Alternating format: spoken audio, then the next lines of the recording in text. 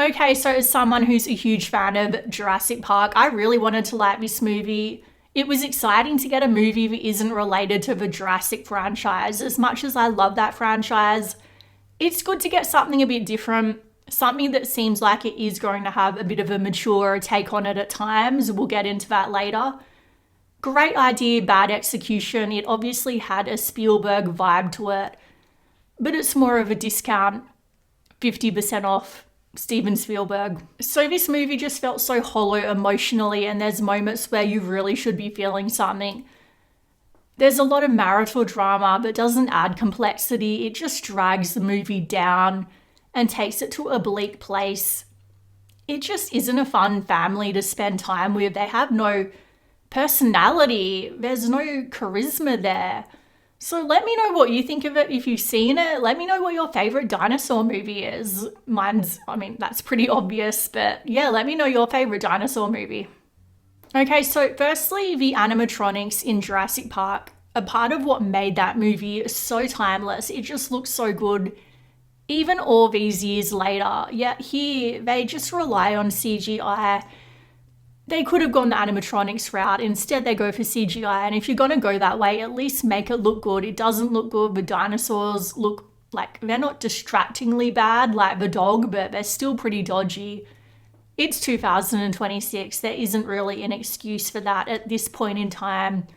We have the technology to do better now. So considering this movie was shot 2 years ago and they had so much time, there's not really an excuse there.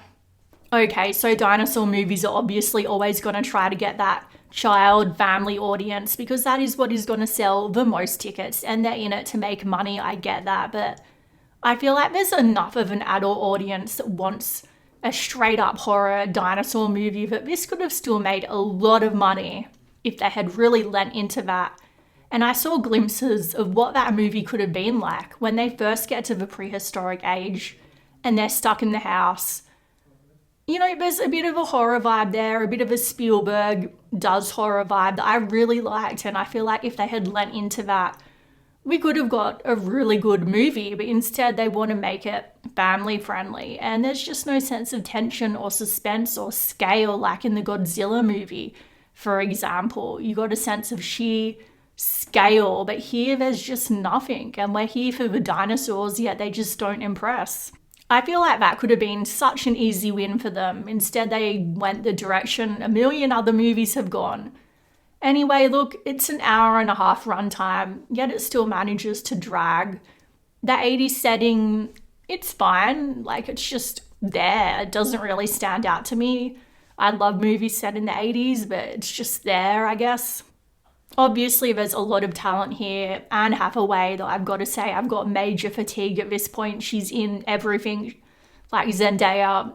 Ewan McGregor is there. Look, I know he's a great actor. I'm not denying that. But, you know, he just feels like he's phoning it in. He's there for the paycheck.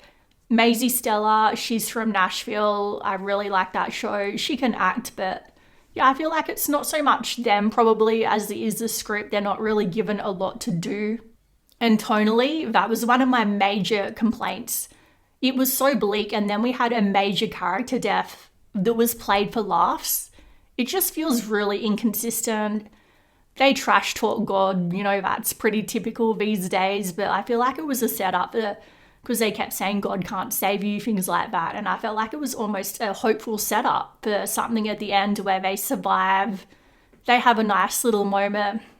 I was too hopeful, so of course they also have to add in a lesbian teenage love story in a movie set in the 80s because this is a movie made in 2026. Gotta check those boxes.